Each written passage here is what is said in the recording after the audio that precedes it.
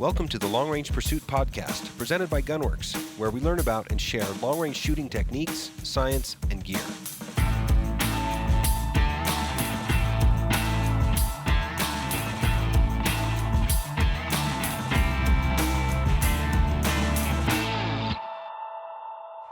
Welcome to this week's edition of the Long Range Pursuit Podcast. This week we have Jayden Quinlan, a ballistician at Hornady, joining us to talk about the 300 PRC cartridge. I think this week's edition, I want to take a little different role. I want to be the role of the guy that's asking questions rather than the role of the guy that's giving answers. That way I can help you share with everybody all the details that are important to answer those questions. So I kind of see that there's a chance for us to really cover, history, development of the cartridge.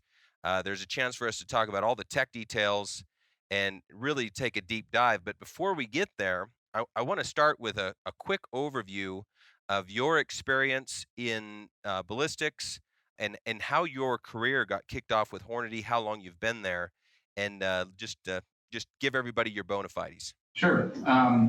So I've been with Hornady since 2011.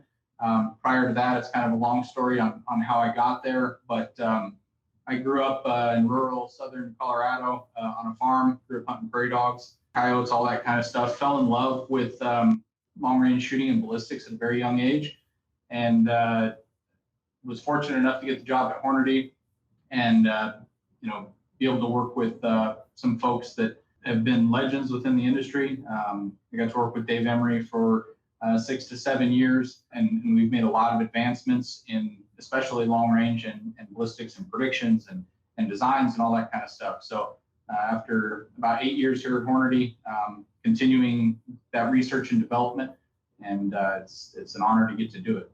Yeah, the past half dozen years with Hornady have been pretty exciting. We've been with Hornady for quite a while. My first contact was back with Lonnie Hummel when we were trying to develop a optimized 7mm cartridge. And from that point forward, we've explored lots of different development projects and cartridges. If from that 7mm to a short action 6.5, we pitched a 175 grain hunting long range bullet. Boy, that's been almost 6 years ago. And I think we kind of helped put some political pressure on getting the team over there on board with developing products for the long range space, long range hunting specifically. And so I think that the last period with Hornady, getting into the Doppler radar measurements, getting into the new developments in tip technology, the 4DOF solver, all that stuff's been pretty exciting, and I think you've been there at the ground floor. Yeah, and lucky to be in that position. It's definitely a team effort through all of those projects, whether it's the discovery of the heat shield tip with the Doppler radar, all the way through 4DOF and the continued research we do. It takes a pretty talented team, and I'm lucky enough to be a part of that. Yeah, very cool. So I'm excited to get into some of the tech details, but before we get there, I think maybe it'd be worth sharing with some of our listeners kind of the history of the cartridge. Like how long's it been around? How was it originally conceived? And kind of where did it go from there? And as we start getting into comparisons with other 30 cal offerings, we can kind of dive deeper into the tech from there. Sure. Yeah, so the 300 PRC in its form now has gone by many names over the past decade and has been used in competitive, mostly bench rest applications in its early days. That was the original intention, was to design a better 30 caliber Magnum cartridge for heavy gun bench rest competition. It's been known as the 3375, the 300 AI, the official name now, the 30 or 300 PRC. The main goal was. There's one more there. The one I knew it as was the 300 Hornady Supermatch.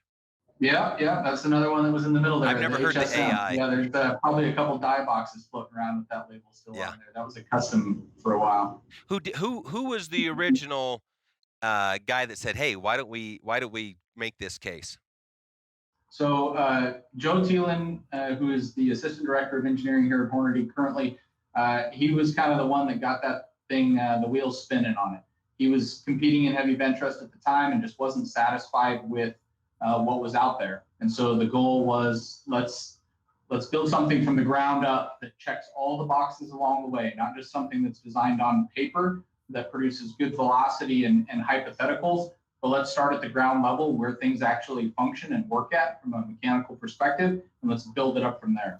And that was kind of the initial step off point in Yeah, I what mean, is now PRC. technically, it wasn't developed from scratch. I mean, it was based off of the 375 Ruger case. That's correct. So anytime you go to design something new, if you can take an existing design and adapt it, you save yourself all of that, developmental time and proof of concept, let's say in a cartridge case. And so when that was first looked at, the 375 Ruger was a great starting point, a great jump off point to use that parent case. So the thing about the 375 Ruger is it was developed for maximizing kind of some performance within a certain set of criteria, probably magnum bolt face, probably, standard action lengths. And so as long as it fit inside of those parameters, then, you essentially you said, let's make it as big and as powerful as possible. So I think that's probably a good platform or good bones to start off of when developing a big 30. Right. And you have to, all things considered have to be brought to the table. You have to consider the propellant that you would like to use for your intended application. What sort of bullets is this thing designed to shoot? And you have to blend all those together to make sure they work harmoniously, in a way that doesn't compromise the end application of it. And so in the 375 case, when using that for the parent to take it down to 30, it fit the powders that we wanted to use. It fit the projectiles that we wanted to use. So it's not only that it was had those other features, like you said, the magnum bolt face, the correct capacity, stuff like that, but everything considered that fit the bill. So it's been around for a decade. At what point did Hornady decide that this cartridge needed to go to the marketplace, needed to be adopted by Sammy and become a real viable product? Well, I think if you look at the evolution of all the components that go into a rifle system, the barrel and the quality of the barrel, the scope, the quality of scopes, the projectiles and their quality, there's been huge advancements in those areas. And I think we've reached the point where cartridge design that maybe 50, 60, 70 years old, some of the incorporations of a cartridge that were actually introduced that far back ago are now hamstringing future adaptations. And so the 300 PRC obviously existed for a decade, but I think in the last decade we've seen a huge progress in precision shooting and long range shooting, and the demands of the customer are dramatically higher than they used to be a decade or two ago. And so those problems that existing 30 caliber cartridges have on the market already, that already existed before the 300 PRC ever was Sammy introduced, each of them had these unique little problems, and our goal was to fix all of those problems with the 300 PRC. Yeah, so I guess let me throw in my two bits. I believe let's start with I don't believe. I don't believe in the mystical science of some magical case and its performance. I just don't believe it exists. I believe that there is a optimum case size that will drive a bullet. And I believe that the way that the chamber and the throat and the neck and all that stuff is designed essentially should be designed around a bullet. So in my opinion, the only justification for a new case is a major capacity change, or if you're trying to fit a specific bullet. And I almost would propose, and I kind of watched from the outside, watch this come. We talked about, is this ever going to be a real cartridge? And in fact, at one point we talked about releasing it as one of the LRM, product lines way back when. But I think the reason why all of a sudden, after, maybe 7, 8 years of being in existence, it finally drops is the fact that Hornady has developed some pretty significant 30 caliber bullet offerings. And if you look at the ELD match line and you look at the ELDX line and look at the ballistic performance that those bullets offer, and then talk about, well, how do we take one of those bullets and drive it in a 300 Win Mag SAMI chamber? How do we drive it in a 30 Nosler SAMI chamber? How do we drive those bullets in a 300 Rum chamber? And that's where the problem of, old designs handicapping, new advancements comes in. So maybe you could share with me more of those specifics about these problems that you guys felt like you could solve by starting with, kind of a blank slate for creating those throats and chambers and clearances and necks and all that stuff.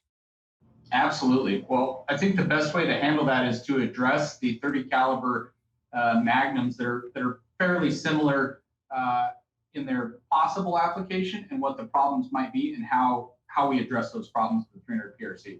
So I would take the 300 Win Mag as the stepping off point. So that was introduced in the 1960s, but in the 1960s there was no 30 cal 225 grain, long heavy match bullets. There wasn't 212 ELDXs. So when that was designed, it was designed with hunting in mind, essentially, where you weren't really pushing the limits on projectile designs, as well as propellant technology. Yeah, so twist rates like 1 in 10, 1 in 11 type twist rates, probably designed for bullet weights like 170, 180 grain. Right. Yeah. 150s, 180s. Those traditional hunting bullets that came out of that era. And when you look at the 300 Win Mag, you have the belt for the headspace. Well, the original purpose of the belt for headspace was for a cartridge that had very shallow shoulder angles or no shoulder angles at all in heavy magnums to give you a solid, consistent headspace location. Well, now that we have the shoulder angles we do, even on the 300 Win Mag, that's unnecessary. And the belt does not help you in cartridge alignment within the chamber. If the point at which you're holding it is on the rear, you're kind of holding a pencil by the eraser versus holding a pencil by the eraser with one hand and the forward portion of the taper on the other. But I don't know. But I don't know that the belt is a handicap. I mean, we've shot thousands of 7 Rem Mag guns that we've built. We've shot quite a few 300 Win Mags that we've built with a headspace on the belt. And this is new brass, so it really is headspacing on the belt. And I don't think that's ever been, in my opinion, a handicap. But it seems like I wouldn't necessarily say it's a handicap, but it's not a benefit. No, not at all, not at all. And technically, what it does is if you look at the Magnum bolt face, right? Magnum bolt face, belted headspace, the body diameter is smaller than it could be if you just run a straight body diameter off of that case heads. Correct. Yeah. Yeah, so I think that's where the limit is, in my opinion, or the deficiency in the 300 Win when we're talking about belt is it's like, why give up the capacity? Exactly. Yeah. There's no benefit to the belt. Yeah. It doesn't do anything really to help you. It's an unnecessary. But if we look at the other two, you got the 30 Nosler, you got the 300 Ultra. It's like those guys don't have a belt. Right. So where's our advantage? Where's our advantage over those two cartridges?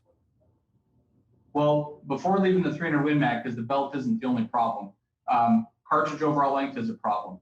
Again, that was spec'd at a time when the only projectiles available were much shorter than they are today. Probably flat base bullets, tangent ogive. Exactly. So there's many, the 212 ELDX, you cannot load that in a 300 Win Mag and have it to SAMI length. You can't do it.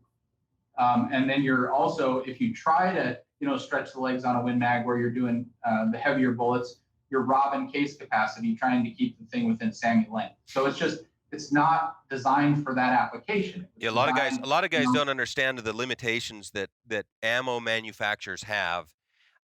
We don't have the option of seating a bullet out to touch the lands because we're limited to creating products that meet that SAMI overall length. So even though you could build ammo that would be completely safe in a SAMI spec chamber, and because the bullet nose is so long and skinny, you end up with the tip, a lot further down the bore than you would in a SAMI spec length.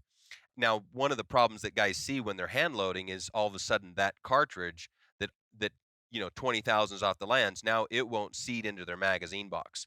So you get in like a Winchester or a Browning, and their magazine box length is small. Like they're expecting SAMI length, whereas a Remington gives you just a little bit more room. And then you've got all the modified magazine boxes like the Wyatt length that have extended length. So you get into a custom gun that has a Wyatt length box, running a 300 Win Mag, you can make the throat work out where everything, will run.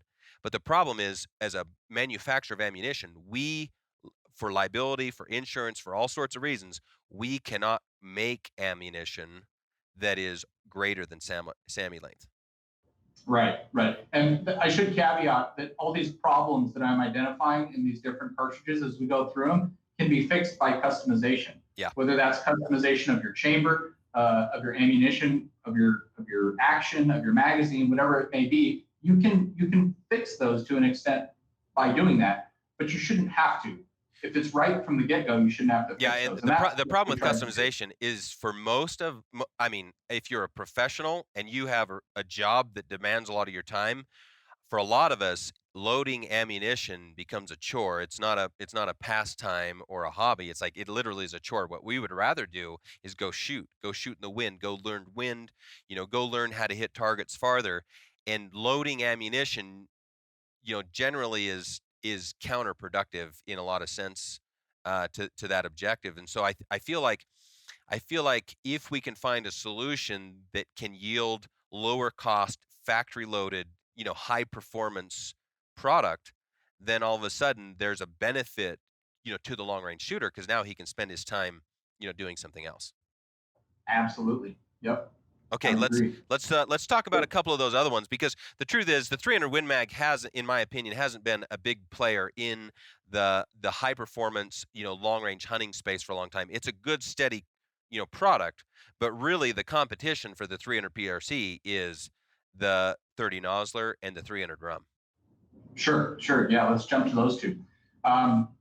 So the 300 Drum, we mentioned with the Win Mag the limitation on cartridge overall length. To fit within SAMI. The 300 Drum is another perfect example of that. That cartridge overall length limitation combined with the cartridge case length means that you can't have those really long, heavy bullets seated in that case and maintain SAMI length. That's a big hindrance. Again, you're taking up case capacity if you try to push the envelope and go to a long, heavy bullet that even will fit, say like a 200 ELDX. And one of the other issues that we see with the 300 Drum is that you're burning north of 90 grains of Magnum powder. Your barrel life on a 300 Drum is nowhere near what it's going to be with a 30 cal Magnum that's burning 70 to 80 grains of powder. So you're equating a barrel life to amount of powder that is consumed. In a basic, generally speaking way. Yes, do you think that is there's a point of diminishing wear as you get bigger and bigger cases? Do you think it's linear? You think you double the case, the powder consumption, you cut the barrel life in half, or do you think it's less than that? I don't know if it's necessarily linear. Before I would be willing to make a statement like that, I would want to do a substantial amount of, varied testing across a bunch of different cartridges to see if it trends that way. But I will say that the normal trend, we go through say our pressure and velocity barrels at a pretty rapid rate. And the point at which we will retire a barrel is much reduced when you start increasing the charge weight. So, for example, a 300 Rum pressure and velocity barrel is likely going to be retired by an average of 800 rounds, because after that, the barrel isn't consistent anymore. The amount of fouling that it picks up due to the alligatoring in the throat, the amount of throat erosion that's present, and changing the amount of jump to the rifling, all those things start to compound when you increase the amount of charge weight per shot that a cartridge is firing. Yeah, if you look at the 6.5 Creedmoor, how many rounds are you getting out of one of those pressure test barrels? We retire them at 2,000 as a standard practice. However, they will go beyond that. I typically will take a retired Creedmoor barrel, since we're not going to use it for production anymore, and continue to just kind of beat on the thing, doing research, and I'll check it at 2,500 and it still shoots. But it's barrel dependent too. Barrels have kind of a temperament to them. Some It's barrels all last about longer than others, and I it's don't just as much necessarily a know why. factor of the steel and how that's put together as it is a factor of the powder, I believe. So if we let's jump back to the 300 Ultra. So I, the problem that we've had with the 300 Ultra, and again, you can seat a bullet out to touch the lands. You can go beyond SAMI length, and you get into the magazine fitment issue. But that 300 Ultra case is so long that it's really hard, to get that bullet seated to the proper depth. Like to seat a bullet out far enough that you're not, pushing past the donut, that you're not consuming a lot of the case capacity. Like you end up with a really, really long case with these high BC bullets.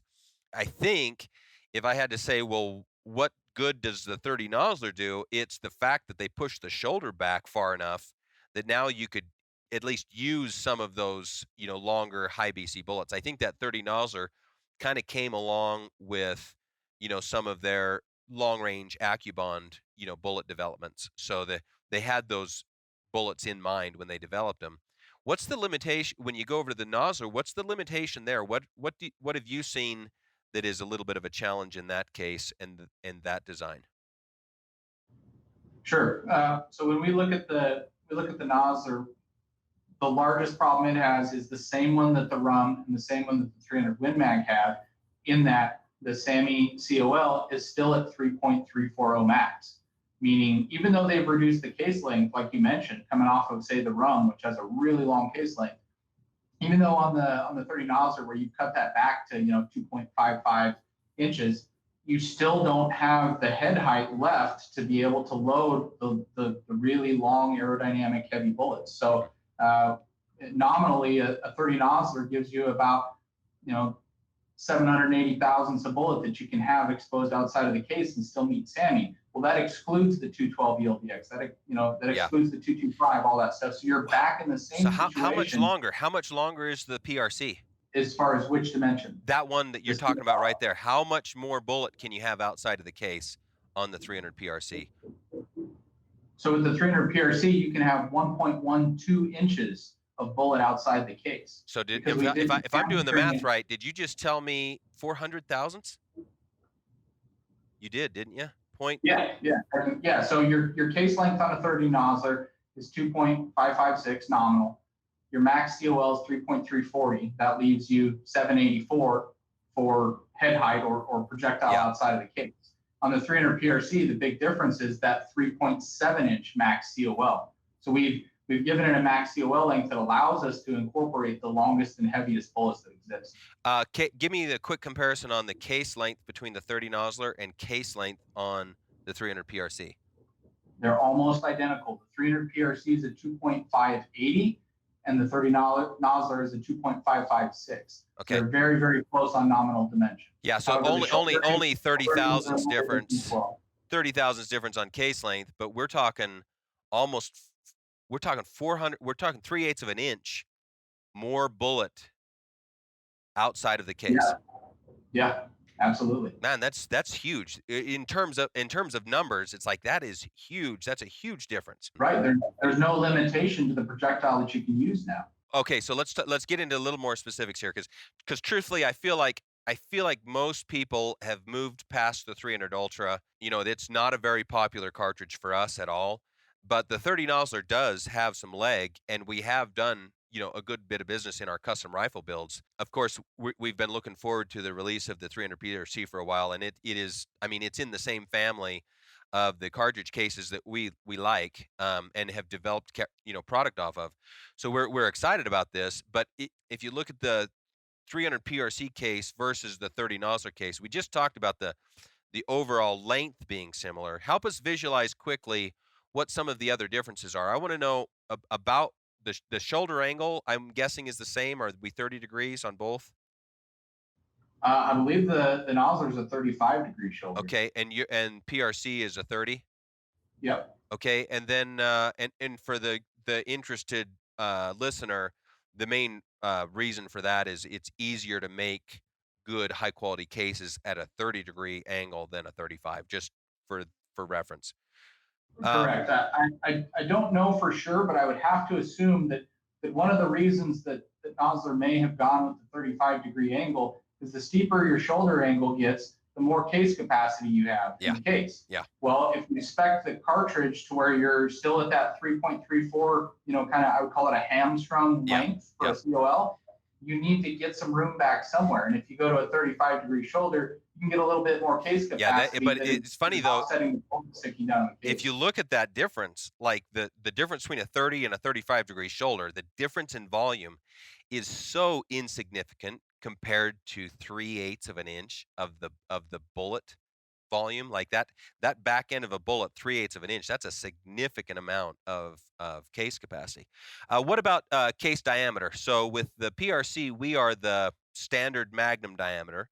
The 30 Nosler, we're a rebated case size. So give us an idea of the diameter difference there. So the diameter at the back of the body on the 30 Nosler is about 550. Okay. Where your rim, is 534. So you're exactly right. You're a little bit rebated there.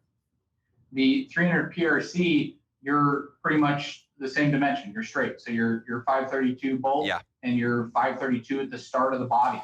That tapers down to 516 up at the shoulder junction. I'm sorry, 515 up at the shoulder junction. And the Nosler, I believe, has a little bit less taper to it. Yeah. It's I think around 530. So you're going from 550 to 530 on the Nosler, and you're going from about 530 to about 515 on the PRC. If you look at the reduced body taper and the sharper shoulder angle, the sense that I get is the Nosler was developed to, and I don't want to put words in their engineer's mouth, but it was kind of a hot rod cartridge developed to maximize the space that they could get, and and still try to run some of those longer bullets, trying to optimize that system. The sense that I get from the 300 PRC and kind of where it's been adopted early was the dimensions were developed so that it could run. Like it's a cartridge that was developed to run without problems, to get good extraction, to get good feeding, all of that stuff. And I think, some of the early adopters recognize that benefit as well. I would agree. Yeah, we tried to design that in a way that it wasn't limited in any facet, whether that's dimensional, whether that's the combination of projectile choice with good temperature stable magnum propellant choice. The goal of that was, let's not hamstring this thing in the way that all of these other designs have been in the past, because they've tried to stay with some sort of standardization. Let's fix all the problems, start from scratch, and see what happens. Okay, so Jayden, why don't you tell us? I'm sure you guys have done this, right? Your marketing and your information is always excellent when you launch a new product. Tell me what the analysis is in case capacity when you have a bullet seated at SAMI length in a Nosler case versus a bullet seated at SAMI length in a 300 PRC. With the same bullet, you're going to probably lose between 3 to 5 grains on capacity. That in the PRC. You're going to, through a 300 PRC compared to 30 Nosler, you're going to gain that with the PRC. You're actually getting that case. You're going to gain it in the PRC case. Yes. Okay, so basically, if we can render down, the significant difference is that you have increased the SAMI spec, like what a factory can produce ammo, the SAMI spec overall length to a number that allows you to derive more case capacity in technically a smaller case. Right. And a beneficial relationship between burn rate, speed of powder, and bullet weight. So when you go to, let's say you go from the 212 down to a 178 ELDX, obviously that lighter bullet is going to have more powder to bring it up to the same level of pressure.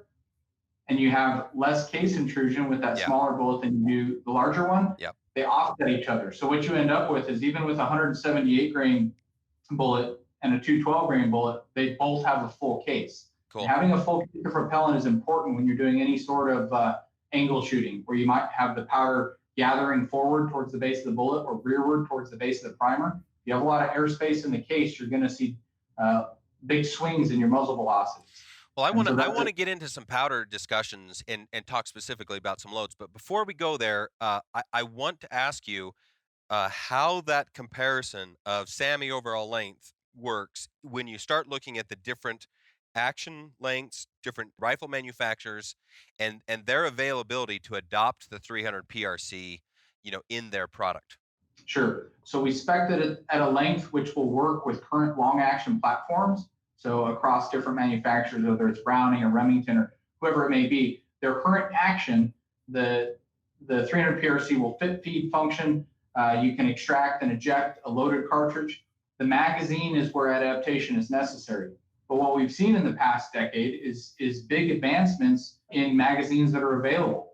And so one of the things we did with the 300 PRC, as well as the 6.5 PRC before it, was stepped out of the box slightly in the length category so that we can push that envelope to the next level. And the only thing you have to change is the magazine, because I having to think, change an action yeah. is fairly So, costly, so where a magazine is the least costly portion that you need to change to incorporate a new cartridge. yeah, so we're basically, if you run a CIP length AICS style magazine, then we can run the 300 PRC.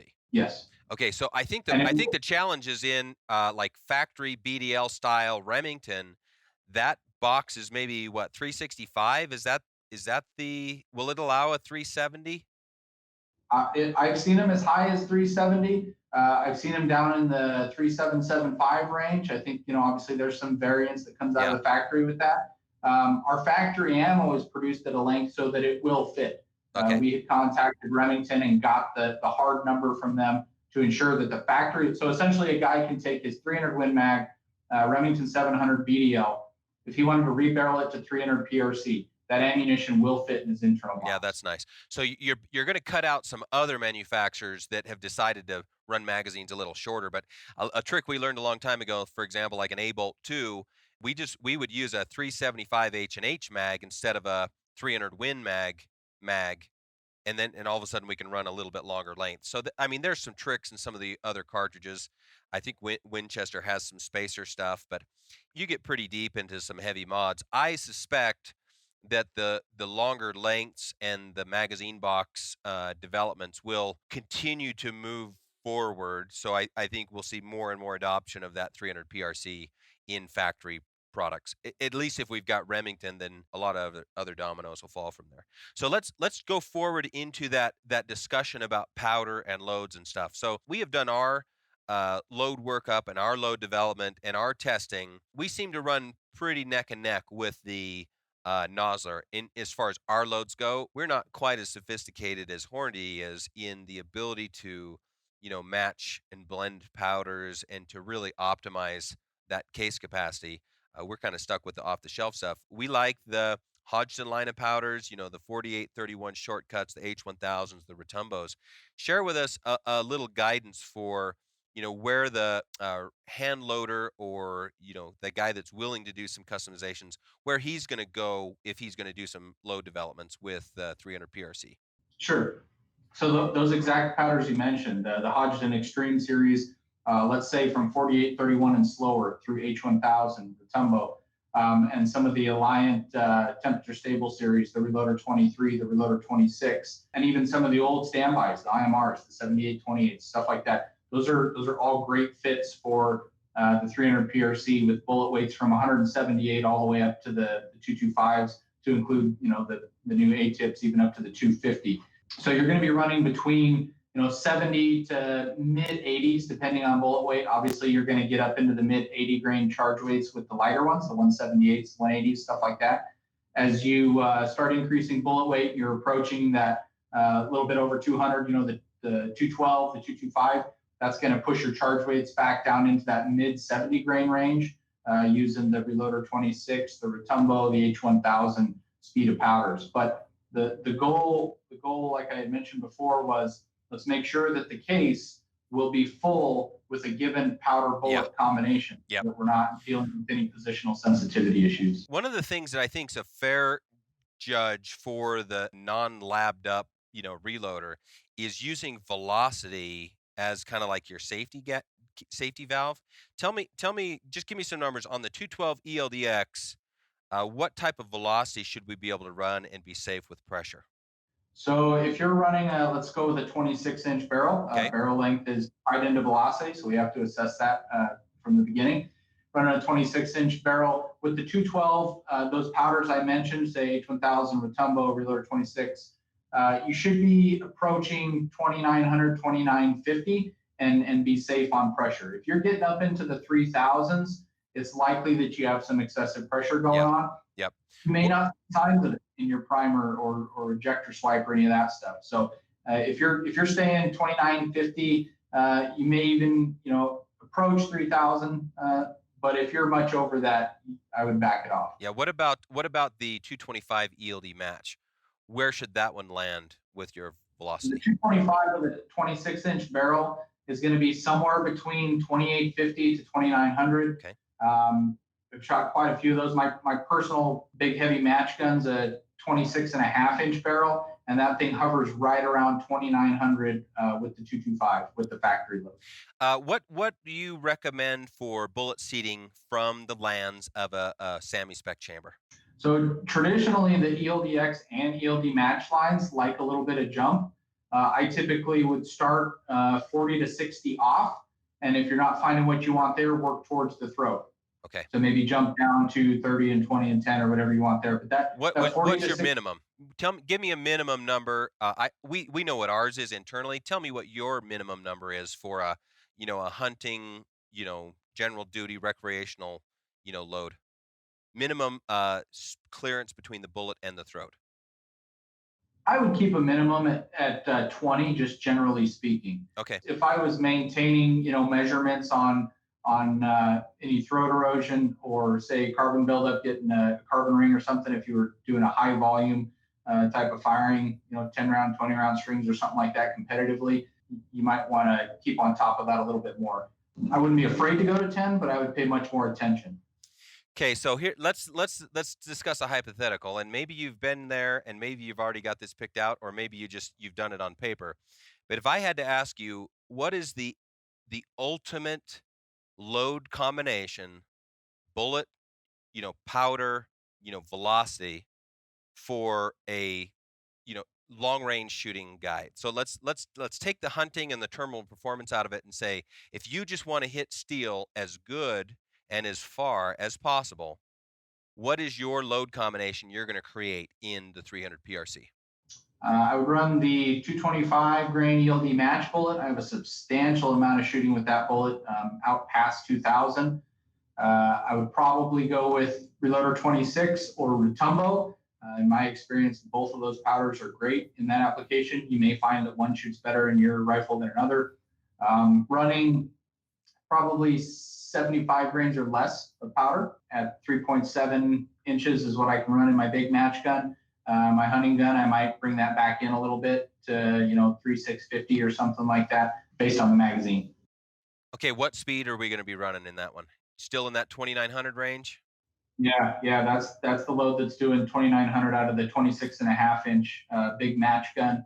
Now, So do yeah, you you're think going to live in that that 2850. sounds to me like it's got to be an off the shelf combination? Is your hand loads any better than you running a 300 PRC match load? No, I've done a substantial amount of testing on that to see how much more consistent can I get it if I really pay attention to all the components and all that kind of stuff.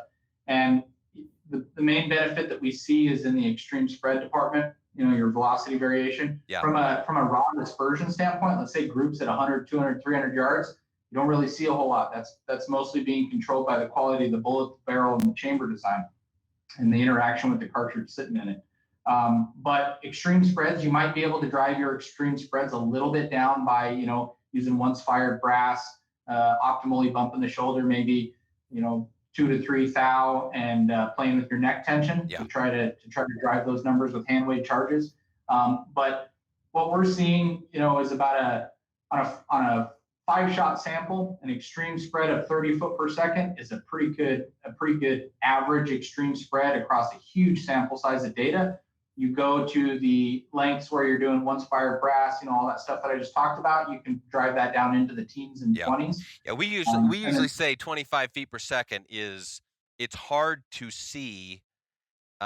It's hard to see anything smaller than that on steel at 1,000.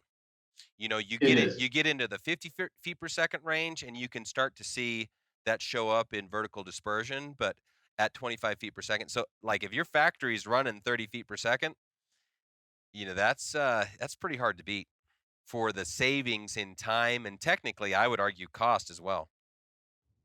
I agree. I agree. And I would compare this to the 6.5 Creedmoor that so many folks are now familiar with in the last couple of years, that it's hard to hand load better than the factory Yeah. stuff.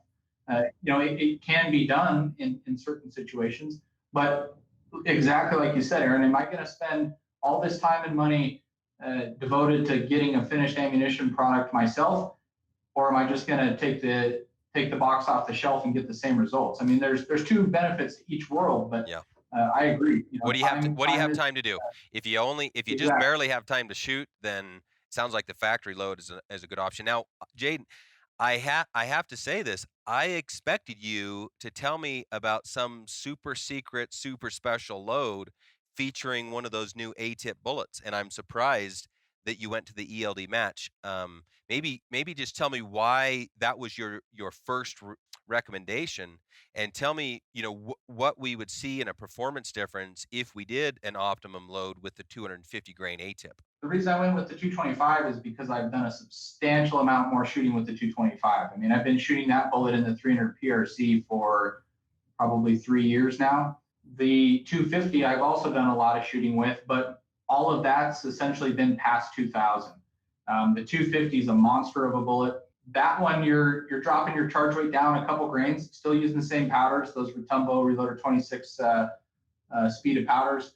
I've shot a couple hundred rounds of that bullet at 2000, 2300, and 2520. And one of the very unique things about that bullet is, and one of the design aspects we had in it was, let's design a big 30 so that when you miss, because you're going to at those distances, it's just statistics, that you can see your splash. Because if you can't see where you missed, you're shooting in the dark. You have no sort of correction on a follow-up shot. And I would tell you that in shooting at 2520, I've shot the 250s versus the 225s. The 225s, I would see about one out of every three misses. The 250s, I never did not see a signature in the dirt from a miss. And so That's your actually ability, that's actually pretty interesting. I never would have guessed that was a design goal, but it definitely makes sense. It definitely provides, some value. Tell me what speed you're launching that 250 grain bullet at. the 250 out of that 26-inch match gun that I've talked about here, I'm running at about 2800. Geez, we're not giving much up. The BC on that thing, if I remember right, is just unbelievable. I mean, it's beating out some of the big 338s. There isn't a 338 on the market right now that's a cup and core bullet that has a better BC than the 250 30 cal. Well, I don't think that you can get 2,800 feet per second out of a Lapua with a 300 grain Burger or the 285 grain Hornady, can you? You can't get that velocity. Our loads don't make that fast. If you stretch, as a handler, you're running a long barrel. Let's say you even go to like a 30-inch tube, Yeah, no, and you got to you're compare apples to apples though. yeah, but you're not keeping up with it in the same way. And it No. doesn't, and those bullets don't have the same BC either. So to me, uh, you've actually got me excited in a 30 cal. I mean, I'm a 7 diehard, but this super heavy, super high BC, super consistent ATIP, product, makes me take a second look at that. And now obviously we're not talking about hunting, we're just talking about shooting. And bullets for hunting require very extensive testing and confidence, and generally use slightly different designs so they meet the performance requirements. But I am interested in that, and I feel like we need a follow up conversation one of these days on the new ATIP line. Personally, I'd like to have that conversation after we've had some more experience. You guys obviously you've had a nice runway and a little head start on us in testing and developing information. But I'll commit to you that we will continue to use and understand the benefits of the ATIP line, and let's gather back up in the future for a follow up podcast. But for now, I think we've covered everything that our customers are going to or ask. I think we've summarized some of the main differences and provide some good visualization. I would enjoin all of our customers to spend some time with the marketing release materials and some of the specifications that are available at Hornady's website. For ourselves, we will obviously produce ammo for the 300 PRC. We've produced quite a few guns.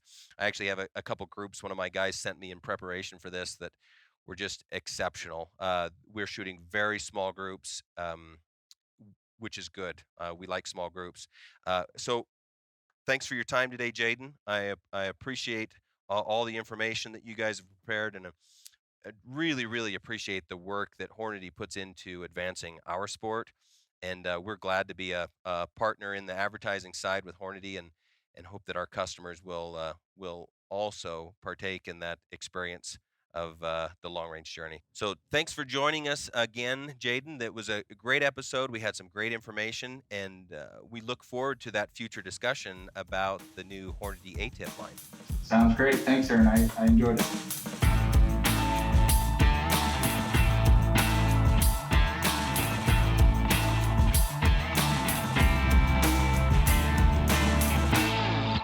If you like what you're hearing here, please take a second and give us a 5-star rating and a positive review on iTunes or on your favorite podcast app. We appreciate your feedback and suggestions for topics you'd like discussed or questions you want answered on the podcast. You can reach out on Facebook or Instagram or send us an email to podcast@gunwerks.com. Also, be sure and check out our full offering of long-range gear at gunwerks.com. Use promo code LRP for free shipping on any order.